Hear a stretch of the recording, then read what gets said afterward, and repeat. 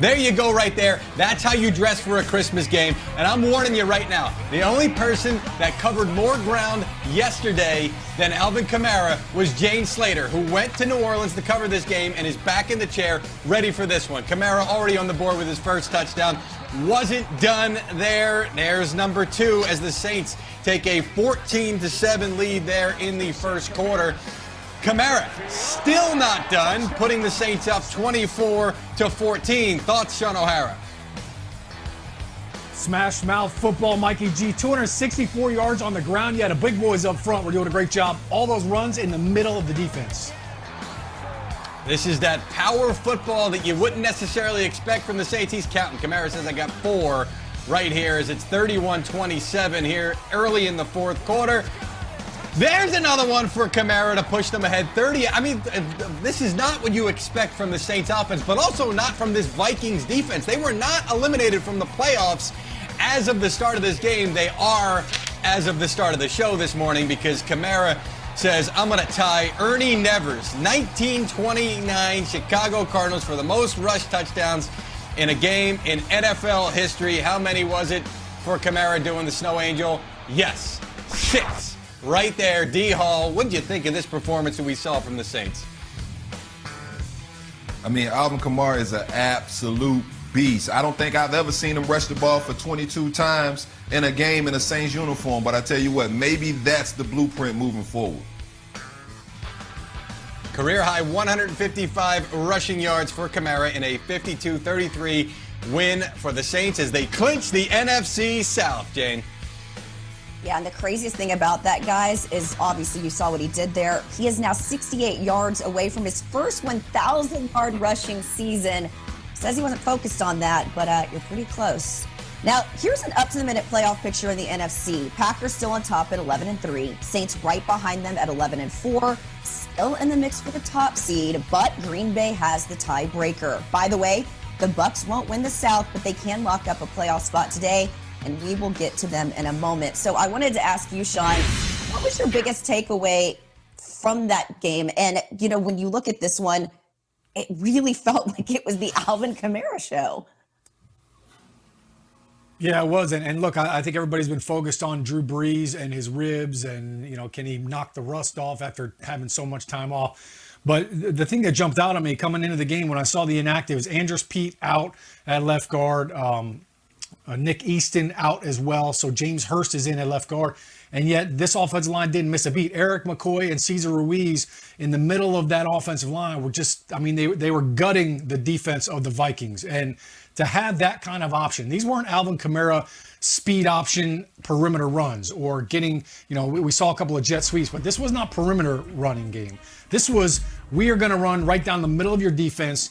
We are going to basically, you know, demoralize your entire squad by just pounding the rock. And on the 5th touchdown highlight, Teron Armstead takes the backside defensive end and plants him into the end zone. I mean, it was a total clinic from an offensive line standpoint. So offensively, for Stella to get her groove back, I think this run game is a great luxury. I loved the reference there. You know, I think the one thing that stood out for me, guys, is Taysom Hill is such a weapon. When he joined that Saints roster, it was Sean Payton who said he's got his future quarterback in the building. And we all sort of laughed at the notion of that. Yes, he's a bit of the Swiss Army knife, the can-do-it-all guy. But I think he's more important than ever, given the fact that Drew Brees is coming off that injury. You saw points last night where sort of protecting the ribs. It seemed like there was a small hesitation. His game's so much better than last week. But when you have a larger menu for Taysom, particularly on that 4th and 1 play, he just allows you to extend the drives. I would like to see a little bit more Jameis Winston, though, next week, just so you've got yet another dynamic, another wrinkle to this offense.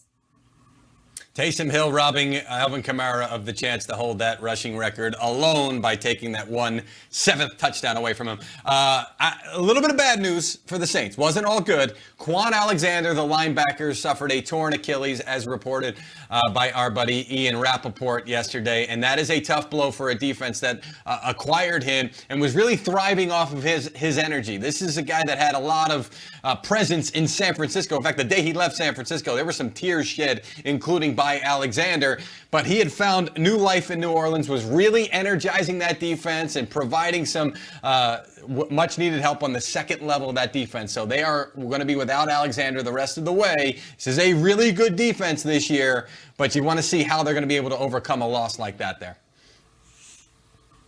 Yeah, G's, you're absolutely right. Not having Quan Alexander in the mix when you thought you'd have him. He is an ultra athletic linebacker, can really do it all, can stop the run, can drop back in pass coverage.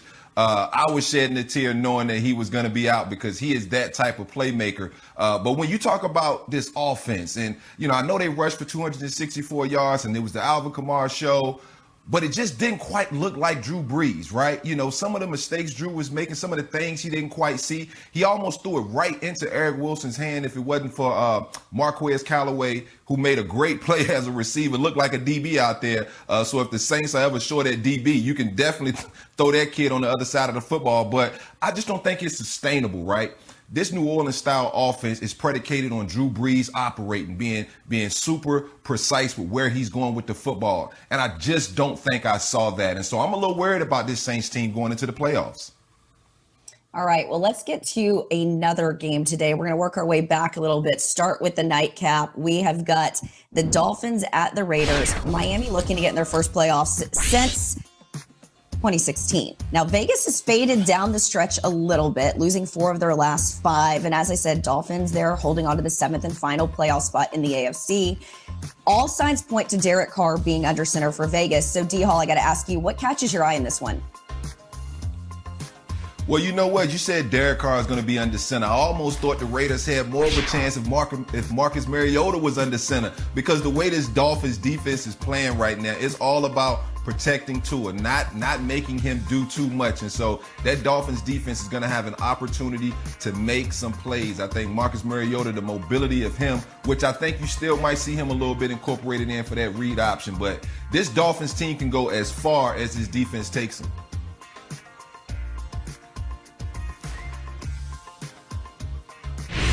All right. I wanted to linger on that thought that he had there. All right, finally, we've got the first game of the day, Bucs here on NFL Network. Of course, we've got 49ers and Cardinals also here. Arizona back on track after a rough November. Kyler and the Cards can clinch a playoff berth with a win and a Bears loss. Today, they'll be tested by a 49ers defense ranked number 5 in the league. The Niners also get George Kittle back as well. Sean, that going to help him at all? Well, I don't know if they can complete a pass to George Kittle, so he may have to run the football. They've struggled with keeping quarterbacks healthy this year. Practically the entire roster's been banged up. But really, this game is all about the Arizona Cardinals. It's crazy to think that DeAndre Hopkins was traded. I don't know why anybody would want to ship that guy out, but he has been phenomenal for Kyler Murray. You go back and look at this Week 1 matchup. He shredded the 49ers defense in Week 1 for 151 yards. That was before he really even had any time to work with Kyler. So imagine what he's going to do coming off a career best game last week against this 49ers defense chain. Without Richard Sherman, without Jimmy Ward, they're banged up across the board. So this is not going to be a walkthrough for Arizona. This is going to be an air shootout. And for Kyler and for DeAndre, they're going to put on a show. Yeah, just unfortunate when you consider where the 49ers were, the expectations for this year, and where they are now. All right, guys, now we'll get to the first game of the day. Bucs at Lions here on NFL Network at 1 p.m. Eastern.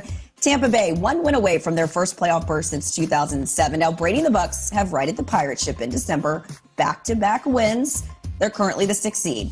Let's out at Ford Field in Detroit and say good morning to Sarah Walsh. Sarah, a lot going on there, including the trip that you had. You've already got your hands busy with those adorable twins of yours, but you had quite the flight just getting there to do this game for us this morning.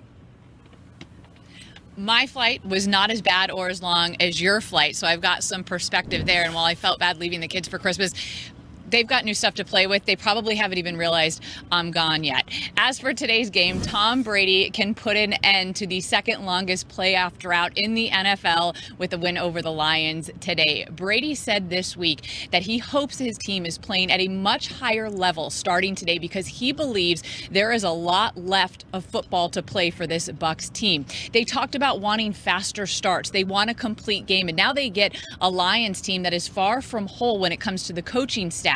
Interim head coach Darrell Bevell, one of 5 Lions